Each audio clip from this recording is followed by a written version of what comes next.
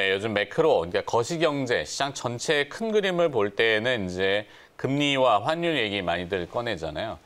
자, 금리와 주가를 좀 풀어볼까요? 미 국채 금리 매번 저희도 자주 언급드리는데 어떤 내용을 담고 있는지 최근에 나타난 현상들을 풀어드립니다.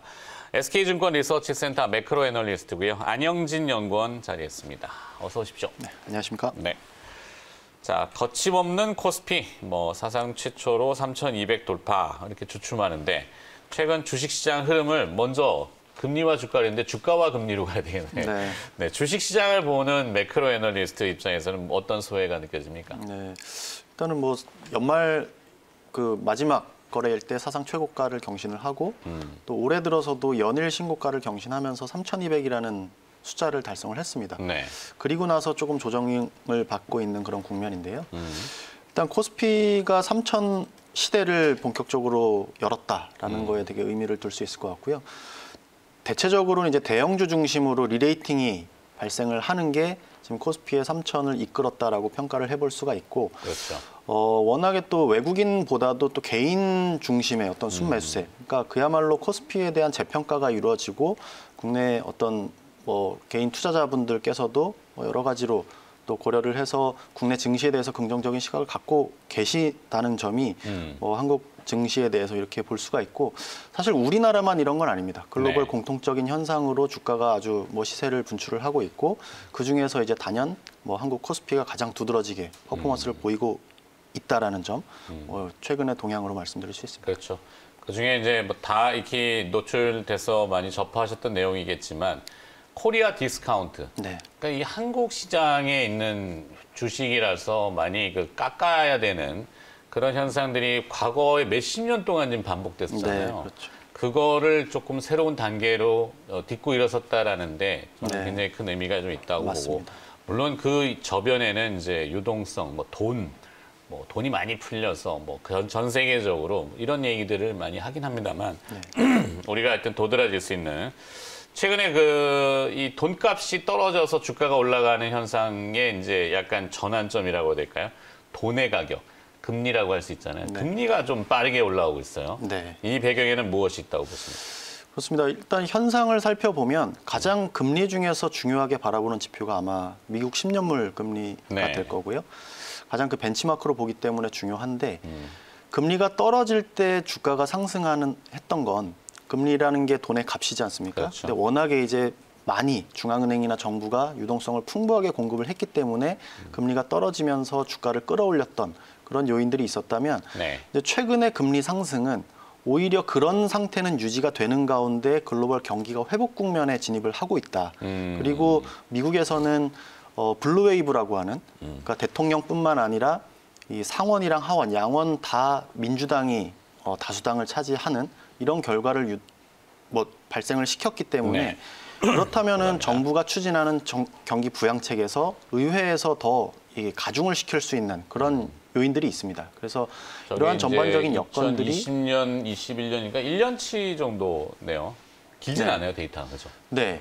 그러니까 코로나 팬데믹이 발생을 했을 때 거의 1.8%에서 최저 0.5%까지 하락을 했고 네. 그 기간이 상당 기간 지속이 되다가 이제 하반기 들어서 그리고 본격적으로는 4분기 들어서 이게 빠른 속도로 금리가 올라오고 있습니다. 근데 그러한 요소 중에 하나도 말씀드렸던 것처럼 블루웨이브라는 요소가 있겠지만 올라왔다고 해도 저 앞쪽에 비하면은 네. 올라왔다고 절대적으로는 네. 여전히 역시 코로나 이전만큼 경기 상태가 유지되지 못하고 있기 때문에 그런 레벨상으로는 감안을 해야 되겠지만 변동의 어떤 방향성을 집중해 보셔야 된다는 거죠. 그렇죠.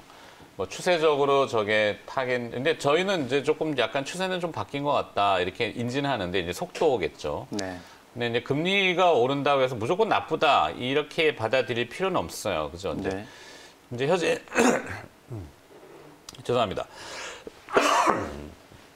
현재 시장 금리 상승이 금융시장에 주는 의미. 네. 네. 네, 좀 알려주시죠. 일단 보통 금리가 상승한다라고 하는 게 지금까지 금리가 하락하는 국면에서 유동성이 공급되었고 그 유동성에 의해서 시장이 움직였다라고 하는 측면에 좀 집중해 볼 필요가 있는데, 그렇다면 반대로 금리가 상승할 때 어떤 현상이 발생할까라고 했을 때 유동성이 간혹 이제 위축되지 않을까. 그리고 이제 첫 번째는 이제 주식시장이 이렇게 단기 과열 국면에 올랐다고 평가가 되어 있을 때 금리가 상승한다는 거는 밸류에이션에 대한 부담을 느낄 수가 있다라는 점이고요.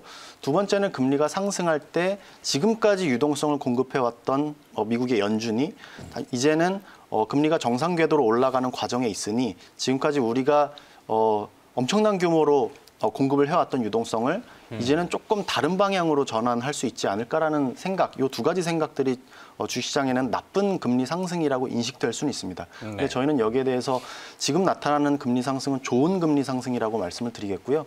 그렇게 생각하는 대표적인 근거가 결국 지금 나타나고 있는 금리 상승이 인플레이션 기대에 의한 금리 상승이다. 네. 인플레이션 기대라고 하는 건 기본적으로 경기가 워낙에 나빴던 거에서 점차 좋아지는 방향으로 전환이 되는 과정이다. 그리고 백신 공급이 이제부터 접종이 되고 있는 상황이기 때문에 더욱더 이 경기에 대한 정상화 기대가 인플레이션 기대 그리고 금리 상승으로 이어지고 있기 때문에 전체적으로 어떤 주시장 그리고 금융시장에서의 어떤 기대감들은 좀 더 높아지고 있다. 그래서 지금 나타나고 있는 금리 상승을 그리 나쁘게 볼 것만은 아니다라는 의견을 드립니다. 그렇죠.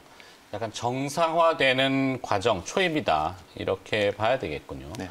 특히 이제 경기 정상화라는 건데. 자, 애틀란타 연은 총재, 성함은 제가 따로 안 해드릴게요. 해외 분들 성함 외우는 것도 요즘 힘들어가지고, 네. 14일 현지 시각으로, 네. 파월 연준 의장 연설도 이제 예정이 돼 있고, 내일인가요? 그렇죠? 오늘이죠. 오늘 저녁에. 오늘. 네. 예. 근데 포인트는 그거죠. 이제 이 연준 연방준비제도라는 곳에서 의장들이 여러 가지 발언들을 하게 되는데 그 중에 이제 귀를 기울이게 되는 것은 우리가 이제 테이퍼링이라는 네, 겁니다. 그렇습니다. 과거에 이제 테이퍼 텐트럼이라는 용어가 있었고 금리 발작이라 그러죠. 예상을 전혀 못했는데 연준에서 갑자기 긴축을 한대, 자산 매입을 줄인대. 네. 주식시장이 완전히 놀랐단 말이에요. 그렇습니다. 이번에도 그런 거 나올까 봐 이제 걱정하는 네. 건데 어떻게 보세요? 테이퍼링. 네, 그렇습니다. 지금 금리 상승이 일어날 때 걱정하는 부분이 그겁니다. 연준에서 지금까지 유동성 공급을 이제 줄이는 게 아닌가라는 네. 생각을 하는 게 금융시장의 가장 부담스러운 요인이었습니다.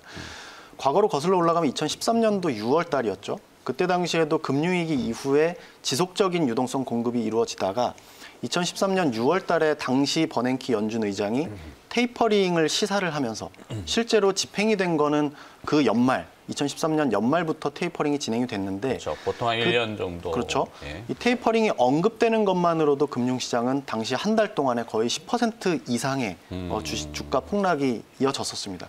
어떤 그러한 좀 과거 사례를 비춰와서 이번에도 애틀랜타 연은 총재가 이 테이퍼링에 대한 가능성을 이야기한 게 금융시장에서 화들짝 놀랍기는 했는데요. 네.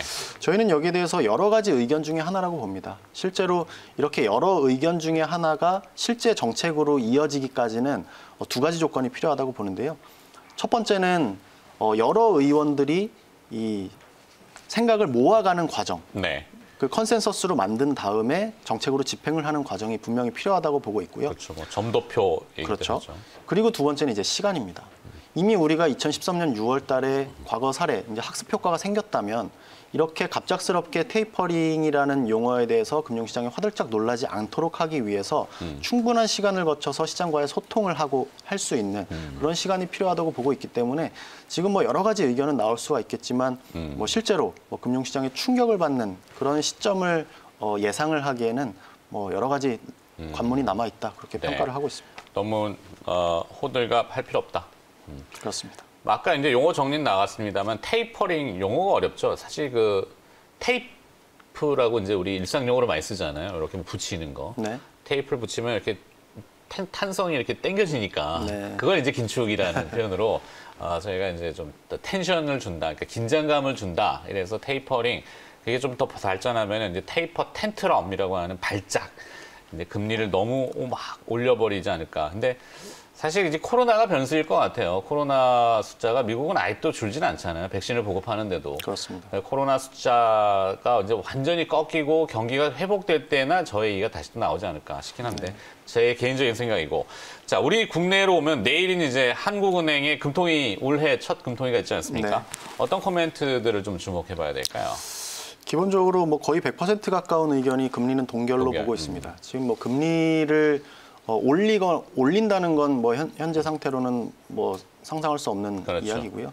지금 코로나가 다시 한번 부각이 되면서 그리고 경기 상태가 좋지 않다라는 뭐 시장의 평가가 이어지면서 추가적인 금리 하락에 대한 인하에 대한 이야기가 간혹 거론이 됩니다. 네. 근데 실제로 한국은행 당국에서 지금 생각하는 현안을 생각을 해보면 지금 자산시장 과열에 대한 생각들을 할 수밖에 없습니다. 워낙에 주식시장을 비롯해서 부동산 가격도 마찬가지고요. 네. 전반적으로 부채가 많이 이루어지는 가운데 금융시장이 이런 과열이라는 평가 속에 있다면 그 리스크 관리 차원에서도 금융당국은 충분히 할 수 있는 상황이기 때문에 주식 3천이 과열인가요? 한 5천쯤 가야 과열 아닙니까? 네.